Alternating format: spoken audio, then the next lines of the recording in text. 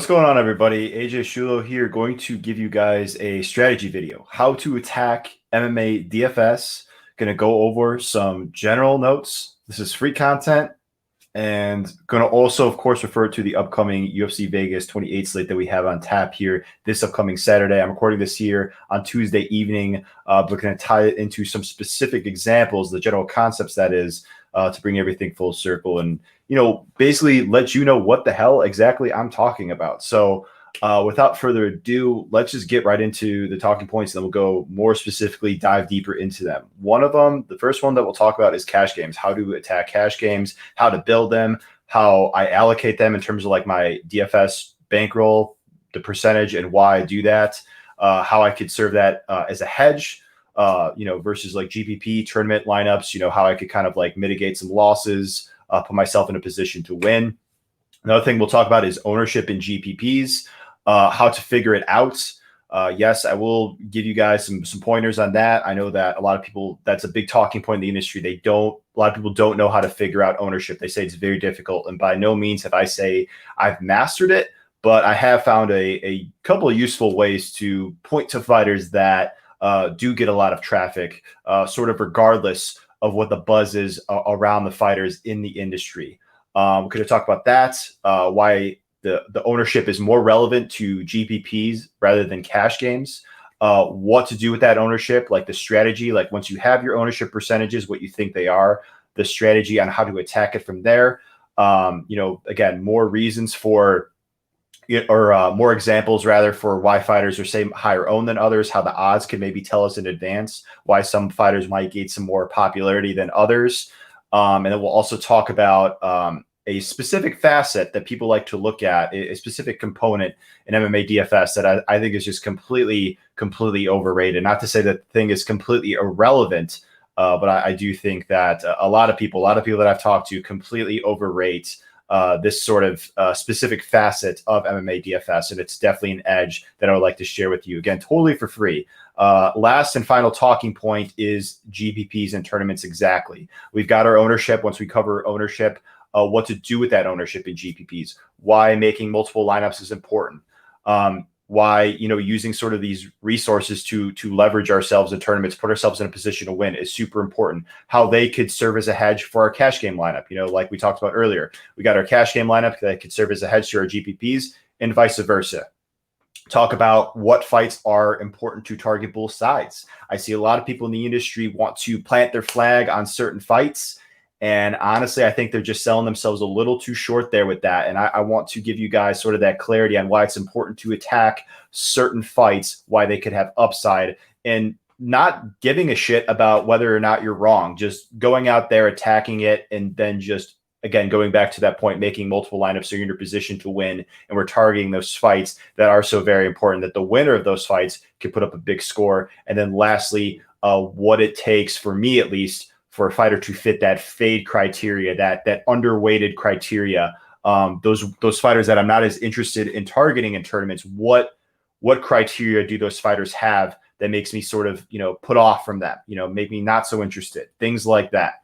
So as we talked about, we're going to go from top to bottom, like we just talked about. So again, the first big talking point is cash games. Again, those are your 50-50s, those are your double ups, those are your triple ups, those are your head-to-heads. Those are the specific categories of cash games that I'm talking about when I say cash game. Because when you go to the DraftKings lobby or any DFS lobby, FanDuel, Super Draft, they don't really say cash games specifically. You just see all these other sub contests that basically are implying cash games. We just, as DFS players, we sort of gave these contests a sort of cash game level because they're more perceived as safe, right? You don't need to beat out, 80, around 80% of the field to cash and say the GPPs, whereas in cash games, like a DraftKings double up, for instance, you need to beat roughly, a little over 50% of the field, right? And, you don't get as big of a payoff if you do hit the cash mark, but you get a payoff nonetheless. You double your money. If there's some ties, there could be some tie-ups in there as well, but you get what I mean. You generally get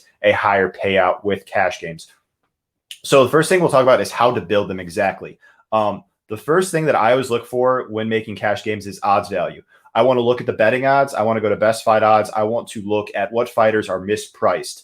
I'm talking about fighters that, could say be, priced as underdogs on DraftKings, but are favorites on the betting lines, or they're in pick'em type fights, right? They have odds value, right? And I don't give a shit if they win or lose. I'm playing these fighters in cash games because it's a good value play long term, and they will be popular amongst the community. So I'd be in this position to where I don't want to play that fighter that is super obvious to play as a value play.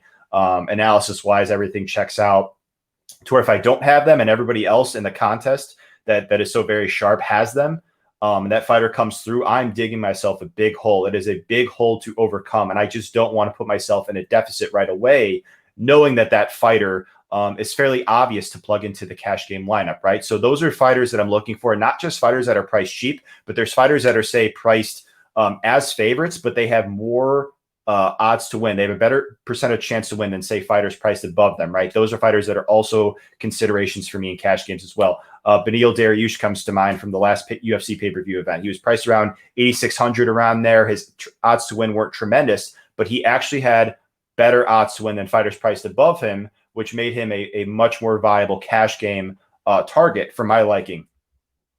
And of course, we also not only want the fighters that will win in our cash game lineups, but similar to GPPs, we want them to put up, good scores, right? You guys are smart. We talked about the stats on the last video, but, these fighters that are priced, they have good odds to win, but they also have a good chance to finish. On the Mayo Media Network, last UFC event, right, I gave out Bruno Silva, right? And he fits like this mold perfectly, because Bruno Silva is a guy that had a very strong chance to win per the betting odds. I liked him from an analysis perspective, and he had a great inside distance line. So for me, Bruno Silva was like an obvious cash game play because he had great odds to win. He was, priced high, a quote unquote, I guess I'm very hesitant to use the word safe, but his matchup was a little bit lesser variance than, say, some of the other fighters priced on the card because of the circumstances he was in.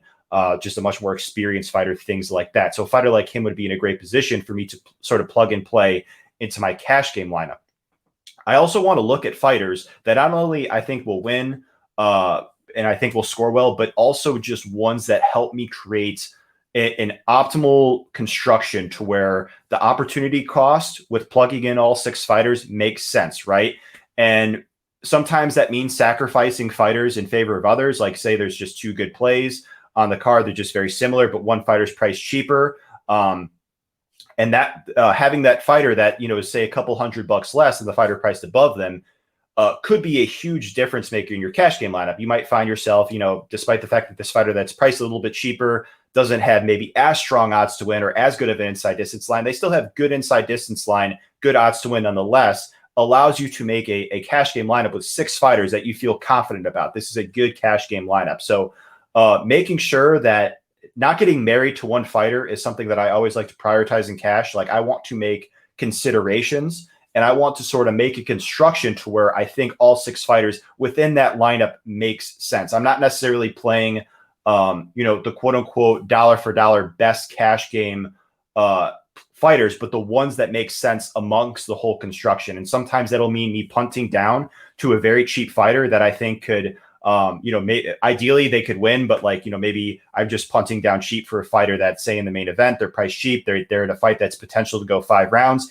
and they allow me to pay up for all the other fighters that I want within my cash game lineup. Right. So, not that I want to start out my cash game lineup with a loss. Ideally, I want to, win all 6 spots, but I am willing to make that accommodation knowing that the rest of my lineup looks very strong with that decision that I made. So I'm always willing to do that in cash game because, again, we're only talking about beating a little over 50% of the field. We're not talking about coming in first place. Like, yeah, if we come in first place, that's great. But the focus on cash game is to make a strong, optimal, good lineup based on all the data that we have in front of us. In GPPs, as we'll get to later, that's more us embracing variance, playing with randomness. We don't give a crap about being wrong, right? We want to put ourselves in a position to win. We don't have to play the best plays on paper. We're embracing the variance. We're jumping all in, so to speak. And so that's sort of the difference maker here. Is I just want to play the fighters that are in my lineup that I feel confident about my cash game construction. And going along with that point, main event fighters are always a consideration for me in cash games. I always look to get at least one main event fighter in my cash game lineup. they got 2 extra rounds to work with, right? So in theory, their floor is a bit higher than, say, of course, the fighters in the 3-round fights. And that goes also for fighters on pay-per-views that are in championship fights. They get 5 extra rounds to work with, or just any 5-round fight. We get some one-offs here and there, like Nate Diaz and Leon Edwards is projected or scheduled to go 5 rounds rather. They would be another consideration for me. So the fighters in the 5 rounds always make a ton of sense for consideration. But again, it doesn't necessarily mean that I'm going to lock them in 100 times out of 100, because it depends, again, on my earlier point of what the rest of my lineup looks like. But they're definitely very strong considerations because of the potential. If there's an example of a main event fight or a 5-round fight where one fighter is priced really expensive, one fighter is priced really cheap, but the odds say that there's a strong chance that it goes the distance, that would be more of a consideration for me to play them both, right? Because I get a cheap fighter that, you know, I could punt with, and even if they don't win, they still allow me to pay up for other fighters that I feel strongly about, and they have the potential to go 5 rounds. So even in a loss, they could put up a sufficient score. Kevin Holland versus Marvin Vettori comes to mind, right? You know, Marvin Vettori pretty much went out there and dominated Kevin Holland for 5 rounds. But what did Kevin Holland do? He survived all 5 rounds and put up a okay DraftKings score for his price at 6,600 by just basically laying on his back and landing ground strikes, right? So that's always something that I like to consider. If it's a fighter that's priced expensive and they are, per the betting odds, per the analysis, very likely to go out there and finish the other fighter in the main event, that fighter that is priced cheap would be less of a punt consideration. I still would consider them, don't get me wrong, but I would definitely, the higher price fighter would definitely be much more of a cash game consideration, because it fits that prototype of what we talked about earlier. A fighter with strong odds to win, strong inside distance line, and we got the added bonus, if they need it, 2 extra rounds. Those 2 extra rounds can make a huge difference. It's 66% of more of what all the other fighters have to work with, right? They could be a huge difference maker. Other thing I'd like to talk about with you guys is how much I allocate to my cash game lineups and why the hell exactly I do that, right? So it's around 60% of my, I guess betting, DraftKings bankroll, however you want to say it, or DFS bankroll for the respective site, 60% of that goes to cash games. And I put the most amount of emphasis on my cash games because of that reasons, because I allocate the most amount of the percentage of dollars that I have in play into my cash game lineup. Again, that's where we're trying to make the best lineup that we can make with the resources that we have available to us, an optimal lineup, in other words. I want to do this because, again, it goes back to our point. We have a stronger percentage chance of cashing in our cash games than we do our GPPs. And even though we're not going to go out there and, there's not a chance we could win $100 grand with one lineup off of like an $18 entry or something like that, we're at least, putting in ourselves to not be reckless and, kind of embrace the grind and kind of just grind away some profits. We're not necessarily worried, again, about coming in first place in cash games. If that happens, great. We're always going to strive to do our best, but it isn't as big of a priority to go out there and do that. We still want to make a good lineup, and that's why I'm allocating a lot of my time and most of my betting bankroll into it, my DFS bankroll. But even then, I'm not necessarily stressing about getting all 6 winners, right? It doesn't make a huge difference. So again, I'm allocating 60% roughly more than GPPs because I just think that there's more opportunities to get an edge on the field in cash games. Just make smarter decisions. Whereas in GPPs, we're sort of embracing that randomness. We're playing with a little bit more variance. And so I want to allocate more money to my cash game lineup, knowing that there's, knowing that I have confidence in my cash game lineup. And that's what I want to roll out for the larger portion of my DFS bankroll for that particular slate. And so another point is, why they could serve as a hedged GPPs, right? So there are definitely plays on every slate that are good cash game plays and good GPP plays. Don't get me wrong. But there's times where, let's pretend like there's a slate where there's a fighter that we talked about earlier. There's a fighter that's obvious odds value. They're 7,600 and they're priced as a favorite. Their price is a -200 favorite. And so everybody plays them in cash games. But let's pretend, for instance, you don't like that fighter. You just, you don't think that they're good or what have you, whatever your reason is. You don't think they're going to win, they're going to lose. You actually like their opponent. Well, a strategy that you could do is play that fighter in your cash game lineup and then go significantly underweight to that fighter in your GPP lineup, and perhaps even take some of your opponent if you're high on that side too. that's always going to be an ownership edge, because if that fighter is going to be high owned, that value fighter is going to be high owned in cash, and more than likely they're going to be high owned in GPPs as well, because the people want to gravitate towards that safety. And I always talk about this. I remind myself about this. I want to get out of my comfort zone, especially in GPPs. I want to play these fighters that are more higher risk, higher reward type players. Going back to my earlier point about the Mayo Media Network, I gave out Jack Hermanson on the video last week. And this isn't me tooting my own horn, but just from a process-oriented perspective, I thought Jack Hermanson was a good tournament play because he had a good inside distance line. And stylistically, it made for a good fight for him in that, as long as he survived in round one, he was probably going to go out there, show that he had better cardio, and he had the potential to finish. He didn't finish the fight, but he put up a good score for his price at a low ownership, mind you, because everybody was gravitating towards Edmund. Edmund wasn't in a pick 'em fight, but Edmund had a lot of odds value, a lot of line movement prior to the lead up. And Edmund gained a lot more ownership than Jack, and that took away the Jack ownership. On paper, Jack was still a good play, but everybody wanted to gravitate to Edmund more. Well, for a couple of reasons. There was other options on the slate, obviously, that were very good last event rather. But also people want, if it's got to be one or the other and one fighter's got cheaper price, they want to go to the cheaper price fighter, right? That's just sort of the natural human instinct, right? But that's certainly an edge that I like to exercise, right? That's something that's always going to be there, like, because the fight was near minus 300 to finish. Jack was in a great spot on paper, I thought, and he went out there and proceeded to do a great thing at a low ownership, even though the odds said, his finish prop, that the fight as a whole was very unlikely to finish. He went out there and did his thing. So those are the spots I love to target. And I'm just going to keep going there, right? So like in that case last week, Edmund would be more of a cash game consideration for me. I wouldn't really touch Jack in cash because he technically had negative odds value, but my more tournament mindset would gravitate more towards Jack Hermanson, if that makes sense, right? So again, we're more so, and it's a perfect segue into this next talking point. It's the ownership in the GPPs. Again, ownership in cash is noteworthy, but it's definitely it's much more important in GPPs because we're trying to leapfrog so many more people. We're trying to get that first place. I'm not trying to get too cute with, maybe I'm in cash, maybe I squeak out a profit. I'm trying to go for first. And much more often than not, I don't get there, but I want to put myself in a position to where if my core does hit, if I am in a good position to win, that I have all the right constructions, all the right ownership placed on the fighters to where if they hit, I'm boosting myself up there and I'm making a very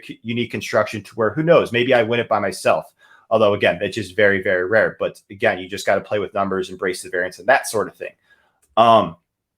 So going along with that point, how the hell do we figure out ownership in GPPs, right? Again, this is something that people are legitimately confused about. And again, it took me a while to really figure it out. And I'm not saying I'm some mastermind. I know exactly what the ownerships are going to be going into the slate. No.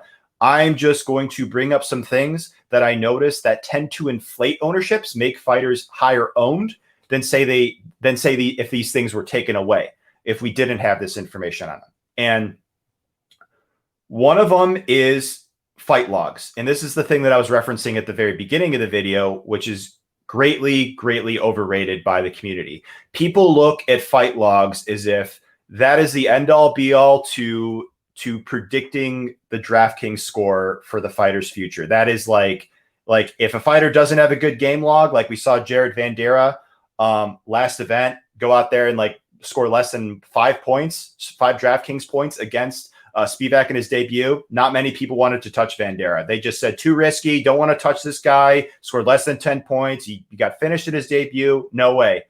But when you think about it conceptually, right, it creates an opportunity to be contrarian because let's rewind a little bit, right? Jared Vandera was only plus 150 on the betting line. He was in a fight that was very unlikely to go to distance.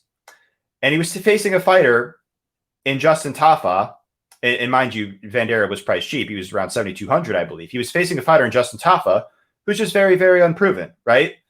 So at the end of the day, are we that shocked that Vandera went out there and won the fight? Personally, I know I'm not. I went on record and actually picked him to win. But those are the type of spots that, and sometimes they miss, right? Sometimes I'm wrong on that, and I'll totally own that. But those are the type of spots that, make the public go, ooh, I don't want anything to do with this guy. He just completely laid an egg in his debut, but every matchup is a new matchup.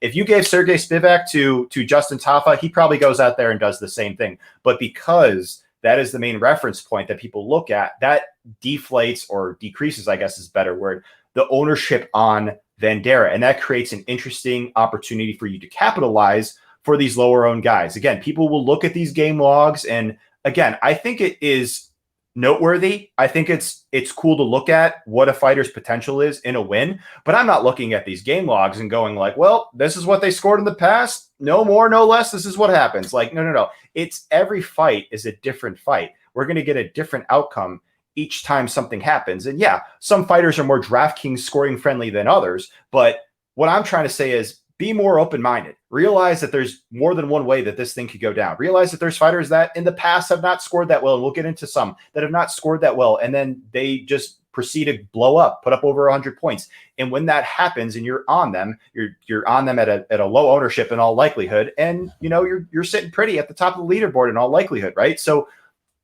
again, that is something that increases or decreases the ownership, right? And so let's talk about some fighters on this upcoming card, because you're probably just like, well, that sounds all fine and good, AG, but what fighters on this upcoming card fit that prototype, right? Well, again, I'm going to mention a couple fighters here, but I don't want it to be as if like, well, I'm mentioning them and therefore they're for sure going to go out there and score 100 points. That's not what I'm saying when I'm mentioning these fighters. I'm mentioning these fighters because they fit the prototype of a fighter that is going to be low owned, I think, because of previous history. And I do think that there is potential that they score big. That's not a guaranteed thing, but there is potential that they score big, right? So again, I'm going to make these decisions and people are going to do whatever they want. It's their choice. It's their decisions. But for me, two fighters that stick out on the upcoming slate, Muslim Salikov, got my sheet over here. Muslim Salikov at 9,100, right? Past two fights, he hasn't scored too well on DraftKings, hasn't he? He has not. He couldn't find his knockout. It didn't go well for him, right? He is a knockout or bust fighter on DraftKings.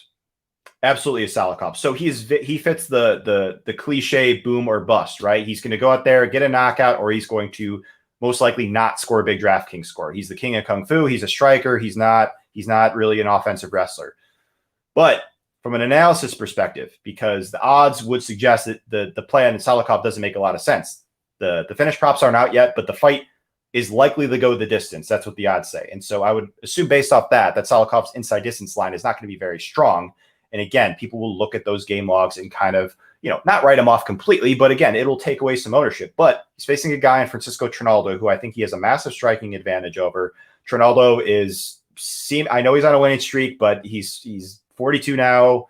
He got hurt badly last fight. He's been hurt in the past as well. I think there's potential for Salikov to knock him out. So Salikov would be a guy where, again, I wouldn't be in love with him as a cash game play, but would I consider him as a GPP leverage play, a guy that could be low owned that, people will just say, too expensive. He doesn't meet his potential, that I perhaps want to be overweight on. Again, that is the stand I'll take. I think Salikov would be a guy that would be low owned. And by gauging that ownership of him being lower than the field, or excuse me, being low, I want to be higher than the field, not necessarily go, let's pretend he's like 20% owned. I don't want to be 50% on Salikov, but if he was 20% owned, do I want to be 27, 28, a little bit higher? Sure. Why not? It's just, it's 8%. It's not a massive stand. Maybe I want to go a little bit higher. Maybe I want to go 30%, but by gauging the ownership and making that decision of whether I want to go over or under, I think is crucial when having success in GPPs. Now, getting to that other fighter that I was talking about, Montana De La Rosa, right? And Montana De La Rosa is a fighter who has not scored largely in her past few fights, right? And so I think people are going to look at the fight and go, it's very likely to go the distance. Her finish prop isn't great, and she hasn't scored that well in her past, 4 fights or so.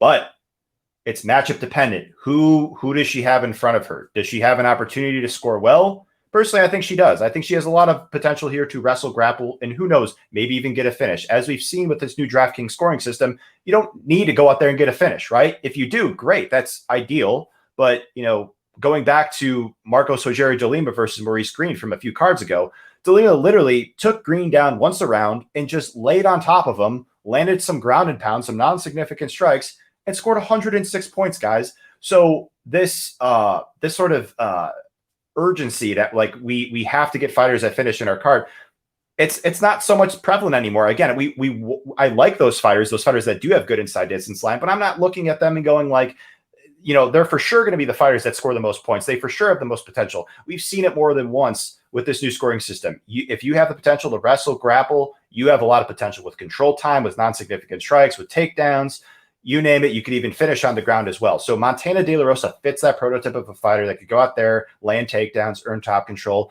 land non-significant strikes, and get a finish. And again, I'm not going to say that these fighters are going to for sure go out there and score over 100 points and be on the optimal lineup and crush, but they fit the prototype of the fighters that we were talking about for this category. Lower owned and have high potential, and we'll see exactly what happens, right?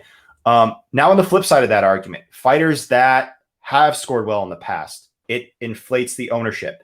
And especially if it's a fighter that's all you see in their game log. All you see in their game log is them putting up big scores. People take that for what it's worth. They take it for what it is. They look at the fighter and go, well, you know, this fighter's just been good, a DraftKings darling. I don't want to miss the boat. And again, there's times where that fighter proceeds to do well, but I don't want to apply the logic of, oh, well, because they scored well in the past on DraftKings, that's why I want to target them here. Again, I want to go back to the matchup. What matchup are they in? What potential DraftKings points could they score based on what's given in front of them? And in the case of two fighters that we'll talk about on this card, there's two fighters that I think will be highly owned. And I'm not saying that they can't go out there and score well. I think there's a decent chance that they both. But in terms of actually gauging their ownership, I think that these two fighters will be very popular based on what we talked about. Very good past performance. And that's all people have to reference on the DraftKings log. One of them is Miguel Baeza, who is priced at 8,300. And as I'm looking here, you know, his first three fights in the UFC, he scored 99 points against Aldana, 108 against Matt Brown, and 94 against Takashi Sato. And now he's 8,300. You don't even have to pay that up that much for him. So a guy like Baeza, who, especially because he's undefeated, people love undefeated fighters. People look at undefeated fighters and go, well, they're undefeated, therefore they can't lose. I mean, anything is possible, but all fighters have strengths and weaknesses, right? So back to my point though, right? Miguel Baeza, he is going to be very popular, I think, in tournaments, that is, because he's in a fight where, you know, he's priced cheap. He's facing a fighter who just got knocked out, and he's, you know, been a fighter that has been doing damage, getting knockouts in most of his fights. He ended up getting a submission over Sato, but he actually rocked Sato prior to getting the submission. And so I'm not saying that I'll be completely off Baeza, but I will be on Baeza for reasons, you know, aside from the past game log. I want to play Baeza because I think that the fight has a potential to finish, you know, because I do think he could get a knockout against, Ponzinibbio, but I'm not going to just write off Ponzinibbio, which will be a point that we'll talk about later here. But that is not the logic that I'll apply when playing Baeza, and not just look at his game logs and just taking them for what they are and saying, therefore, that's why I want to play him. I want to play Baeza because I think he has knockout potential because of the specific matchup that he's in, not because he scored well in the past. We might be going to the same destination, but it's for different reasons, right? And so I definitely do think that the process is very important here. And so another fighter that fits that prototype is Jordan Levitt, right? He, you know, put up a spectacular DraftKings score in his UFC debut. He went out there, got a slam takedown. He got the quick win bonus, and first round, he scored 120 points. And kudos to the guy, just like Baeza. Kudos to the guy. But I'm not trying to be a hater or anything, but Levitt will be very popular based off of this data that we have on him. That's all people look at when they see his DraftKings game log. They go, you know, he scored 120 points and he's got potential, right? But I'm not going to target Levitt, you know, necessarily expecting him to go out there and get another slam takedown, right? I want to target Levitt because he fits that prototype of what we talked about De La Rosa. He could get takedowns. He could get top control. Maybe he could finish. And the fight as a whole is unlikely to go the distance, right? Just not a significant amount, but unlikely nonetheless. That is my reason for targeting Levitt. But again, in terms of gauging that ownership, people will love Levitt on DraftKings. And that's something that I would be conscious of in tournaments because, just like Baeza, that is all the DraftKings data that we have in front of us is him going out there and putting up a colossal DraftKings score. And that's what it is, right? But there's fighters on this card, guys, And I'll talk about a fighter with a reverse example. Marina Moroz wasn't exactly a DraftKings darling prior to her fight against Mayra Bueno Silva, where she scored north of 100 points. And, people have their little, interests. I'll guess I'll call them with Fight Metric, how they score, things like that. But she fits the prototype of a fighter where you got a history of she doesn't score that well. I mean, she got that armbar victory against Calderwood, but in her last fight against Silva, she put up a massive score and ended up being on the optimal lineup. And that was an outcome that not a lot of people saw coming. But because, if you were able to gauge ownership, and because if you wanted to take an overweight stand on her, even if she was like 10% owned, you wanted to be 20% on her, you were in a good position to win long-term in GPPs because of that outcome, because it was an outcome that the game logs didn't suggest was likely, but it went on to go on as it was, right? You just get surprised from time to time. You're playing with variance, right? So that's why the ownership angle is important, because in tournaments and in cash games too, we're playing with variance, right? I mean, we could do all the analysis we want, but and we are right most of the time, but we're not right every time. Far from it, right? And so that is why I want to, again, gauge that ownership, again, obviously the game logs, you guys are super sharp with, of course, odds to win. Players want to gravitate towards fighters that they feel are safe, that have good inside distance line. People are sharp. They look at the betting odds, things like that. But again, the sneaky take, I'll say, is they love to look at game logs of fighters that have a consistent history of not only winning, but of putting up a big score. And so I'm not trying to be a doubter and say that these fighters that we talked about can't go out there and score. But again, I'm trying to emphasize the point of they will be popular. And when we talk about that ownership and we're able to gauge where it is, not from an exact percentage perspective, but gauge whether or not they're going to be popular, and then making that decision. Do I want to, there's three different stands. There's overweight, there's underweight, there's even with the field, or there's just basically fade, right? I very rarely fade fighters entirely. It's, when people say the word fade, it's just kind of like a casual term, but it's basically a fighter that I want to be very, very light on, right? Like underweight doesn't necessarily imply you want to be light on, but fade for me at least does. Everybody has their different, sort of definitions with the words, but fade is a fighter that fits that sort of mold, right?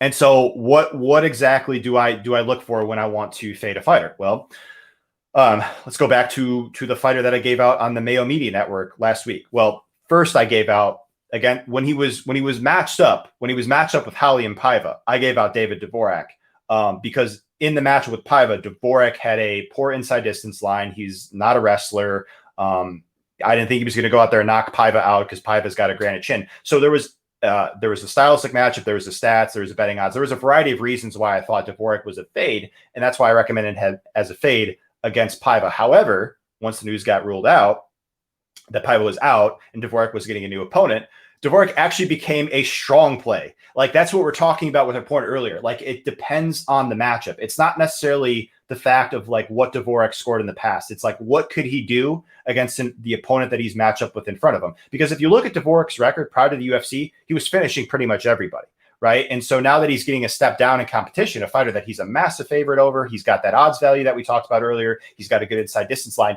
Dvorak became an elite play based on the opponent's switch. So it's not the fighter necessarily that's a good or bad DraftKings score. It's the matchup. What is their potential in their matchup they're given? And that matchup, that opponent change made a huge difference with Dvorak's DraftKings potential. He became an elite tournament play, an elite cash game play because of the inside distance, the cash game, and the stylistic matchup. And then, so based on that news, I changed my fade over to Yan Xiaonan. And it was for those similar reasons on the Dvorak side in the initial iteration matchup with Paiva. Xiaonan was unlikely to go out there and take down Esparza, who's a better wrestler than her. I thought she was unlikely to finish her. I still remember the percentage to this day. It was like north of plus 400 wins inside the distance, which applied a chance of 18%, right? How much do I want to invest in a fighter that is unlikely to wrestle and only has an 18% chance to win? Personally, I don't want to. And she was the better striker. There was ways that Xiaonan could have won that fight. But there was also the likelihood that she could have just ended up on her back. And the fight was also very likely to go to distance, which just significantly suppressed her DraftKings upside. And of course, stuff does happen. You do get surprised. In theory, Xiaonan could have finished Esparza, but there was a variety of reasons why I want to fade Xiaonan as my fade on the Mayo Media Network, and just a fighter that was very light on DraftKings. Again, I know people like her. I think she's a talented fighter, but got to take the emotions out of the DraftKings side of it, right? Just out of the money side of it at all, right? I mean, she could be a talented fighter, but is that somebody I want to play in DraftKings? I mean, in that matchup, I really did want to, right? So that was just a stand that I was willing to take. And again, sometimes I'm right, sometimes I'm wrong, but I got to plant my reasons. I got to give my rationales to why exactly I'm making that decision. And when I mapped out all the various ways that I thought that she wasn't going to put a big score, it just made a lot of sense for me to just fade her, put her as my fade on the Mayo Media Network, and just not ultimately have a lot of exposure to her in my DraftKings portfolio for that event. Now, going along with that point, transitioning over to sort of the whole just GPP game, and wanted to talk about GPP, guaranteed prize pools, tournaments. That is, so that's basically just, those are your big prizes, right? Those are the ones that are like, entries $1, and there's like 50,000 people in there, and there's like $5,000 to first, right? There's that lower cash threshold, right? They were talking about earlier, like a little over 20%. So this, in other words, is where we're playing with variance, right? We're not worried about looking dumb or feeling stupid after the fact. We are embracing variance, and oftentimes, speaking from experience, the biggest hits that I've had were when I felt really uncomfortable with my lineup, and they just proceeded to go out there and just do their thing. I just planted my flag on a core, and I didn't feel good about it. I felt very nervous about it ahead of time, but it was because I got out of my comfort zone, and because I didn't want to think along the same lines as the public that really propelled me and made me successful, not just in MMA, but really in all sports as it was. And so going along with that point, we want to put ourselves in a position to win. We want to put ourselves in a position to embrace that variance, play with the randomness. And so how do we do that is we're conscious of the ownership. We have our decisions planned out with our ownership. Do we want to go overweight, underweight, even, or fade? And then the amount of lineups that I make. I love making 150 lineups, and I just don't even care, right? I would rather make 150 $1 lineups than 15 $10 lineups, because I just have more exposure to these fighters, right? And I'm not necessarily playing everybody in there, but again, I'm taking some stands. I want some fighters more than the field. I want some fighters definitely more than others, but I'm basically mixing and matching fighters within that player pool that I have, and making 150 lineups from it, right? I just want to have equity throughout the whole fights, and sometimes even with 150, I don't necessarily do, but I just feel like by just spreading my exposure, not spreading myself too thin, because again, I don't want to play everybody. I want to have take strong stands, go overweight, go underweight by decent margins, not necessarily by like 2%, but maybe by like 10% on some fighters. And then some fighters, again, we talked about fading, if not going just very, very light on them. And then from there, making those decisions, and then using a very useful tool that we have here at Daily Fan MMA in the lineup optimizer, right? You can make the lineup optimizer, and you can make 150 lineups with ease, right? And there's just plenty of great resources. But what the optimizer does is it saves you time, it saves you stress, and it also is obviously less susceptible to biases, because it's a machine, right? Because if you're just sitting there playing 150 lineups, your subconscious mind is going to swing you in some ways when you're making lineups, and you're not even going to really realize it. Whereas if you have this machine that, where you input all the percentages, you input all the different criteria that you want, your parameters, it does it all for you. And you're not too worried about making the lineups individually, hand by hand. It spits them out for you, all 150 lineups. And so it's just a huge key way to really sort of embrace this variance in tournaments. Play with, the ownership percentages, figure out where you want to go. And then for me, again, people want to plant their flag, but personally, I just want to I just want to have a lot of different lineups. And sometimes I'll do like 150 lineups in the $1, and then I'll have those same lineups, but then I'll roll them in some smaller contests. I mean, I think single entries are solid as well. But I do want to have varying degrees of lineups.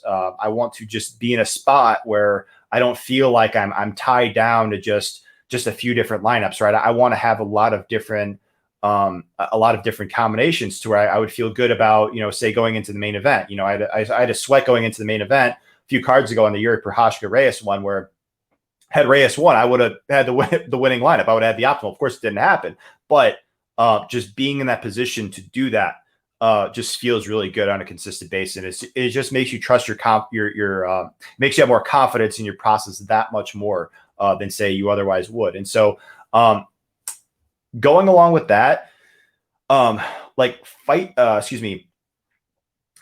fights that we want to talk about or target in tournaments. And this is kind of going back to our earlier point about going as a hedge in cash, because there's definitely some fights that are more inclined for tournaments than there are for cash games. And a fight that comes to mind, aforementioned, is Miguel Baeza versus Santiago Ponzinibbio, right? I don't want to plant my flag on one guy or another here, right? I just think that based on where they're priced, Baez is 8,300, Santiago 7,900. Based on the fact that the odds suggests that it's unlikely to go the distance, based on my analysis, thinking that the fight's going to be won or lost on the feet and somebody could get knocked out here, this is just a spot where the opportunity is so good and the betting line is very competitive to where why do I feel like I have to plant my flag on one guy? Why can't I just take both sides? I mean, don't get me wrong. If I'm making 150 lineups, maybe I want to have a little bit more Ponzinibbio than Baez or vice versa. But to just write off one guy completely, to me, I think that's completely foolish, right? Because there's just too much potential here on both sides, and one guy's going to win and one guy's going to win and one guy's going to lose, and one guy might score 100 points and one guy might score 0. But for me to sit here and act like I know which guy with 100% conviction who that is, I just don't have that answer, because again, we're talking about a competitive betting line here. But that's the beauty of making multiple lineups, right? You don't have to get married to one fighter, one combination, one lineup. You could spread your exposure, be more diverse, be more well-rounded. And then if you get that right combination, if you happen to go heavy on this fight, which I plan to because it's one of the better fights to target on the card, and the fighter in the fight happens to score well I'm in a position to where, like, yeah, a lot of those lineups that have the losing fighter, they're most likely dead. But at least I have a lot of lineups with the other fighter that went out there for a very reasonable price, scored well. So that's a strategy I like to attack in tournaments. I don't feel the need to get married to one fighter and one fight. I mean, don't get me wrong. Like, if there's a fighter that has a strong chance to win, I like them from an analysis perspective. They got a good inside distance line. Like, we'll talk about Bruno Silva again, or Ben Rothwell from last event, right? I wanted to pretty much just target them or pretty much pass on the fight completely. Just very, very limited exposure to their opponent, right? Because their opponent just had not good inside distance line, not good chances to win.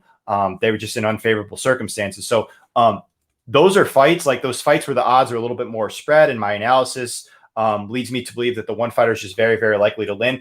I'm less likely to invest on these fighters, play them in my lineups. That let's just throw out a number here. Like, let's pretend like there's a fighter in a lineup that, or a fighter on the slate that's plus 350 to win. He's plus 350 to win this fight, right? So I'm on aceodds.com right now, and that implies a probability of 22%. So he's got a 22% chance of winning the fight, right? Which isn't nothing. Obviously, there's still a chance there, but how much do I want to invest in a fighter that the odds are saying they got a 22% chance of winning? You get what I mean?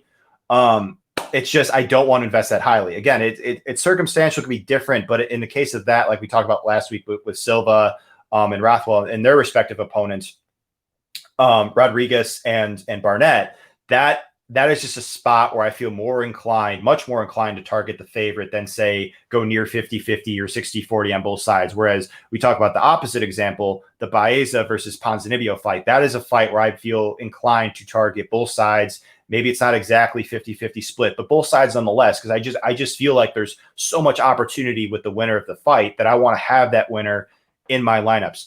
Another fight that we'll talk about for that reference of, again, just targeting both sides and not being afraid to be wrong, essentially, is Tarbura versus Harris. I just feel like there's, of course, there's multiple different ways that the fight could play out. But if Harris wins, I think there's a pretty good chance it's by a quick knockout. That seems to be his MO, right? Harris is just very dangerous, fast, explosive in the first round. He carries a tremendous amount of power. And Tybura has been knocked out more than once.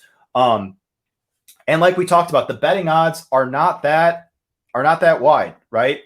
Referencing DraftKings Sportsbook right now, it is Harris. Show me Harris. Where is he? He's, of course, it's not showing up when I wanted to, but he was.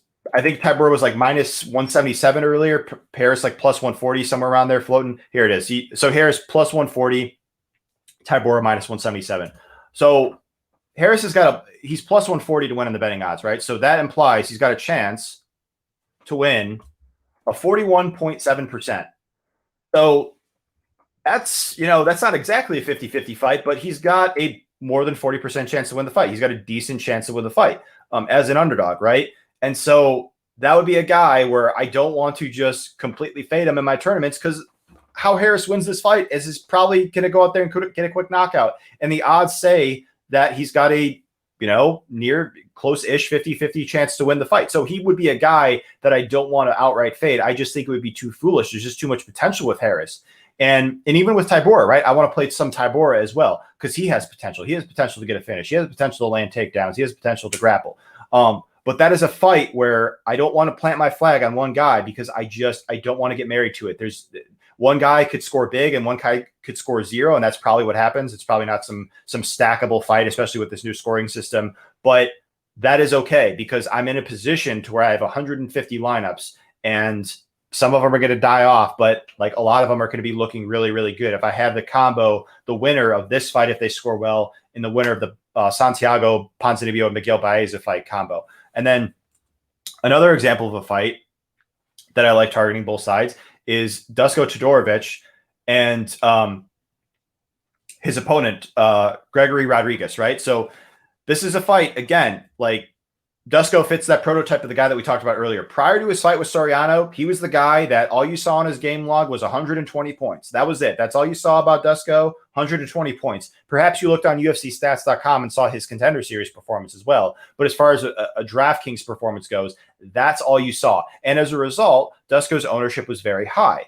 And again, how the public will react coming off a knockout loss, I'm not exactly sure. But I will tell you, it won't be nearly as high as if Dusko were to go out there and say, beat Soriano by finish, score north of 100 points. Because he lost and scored zero, people now realize, oh, this guy could actually dud on DraftKings. Whereas it didn't seem like as real of a possibility before that. Because again, Dusko fits that prototype of a fighter that, again, prior to the Soriano fight, that wasn't only his first DraftKings dud, but that was his first pro MMA loss, right? And the public just, again, they love undefeated fighters, but now that we saw him lose, I think people would be more inclined to target Rodriguez than, say, if we didn't see Todorovic, just lose. And so I'm not writing off Todorovic. I'm not writing off Rodriguez either. This is a competitive fight on the betting odds, right? Todorovic, if I could find him, is minus 177 and plus 140. So we're looking at literally the same exact betting odds as the Tybura and Harris fight. So again, for reference, minus 177 means that Todorovic has an implied probability of 63.9% chance of winning. And then again, Rodriguez is that plus 140 marker, plus 140, 41.7% chance to win. So again, it's not as if like Dusko has a 90% chance to win the fight. It's not as if Rodriguez has a 90% chance to win the fight. It's a close fight on the betting odds. But why I like to target both sides is because, again, going back to that earlier point, it is a close competitive fight. It's reasonably priced on DraftKings. Don't have to pay too high up for either guy. Yet, if you look at the betting odds, the fight doesn't go the distance. And I'm looking at 5 dimes right now for reference because DraftKings doesn't have the odds up.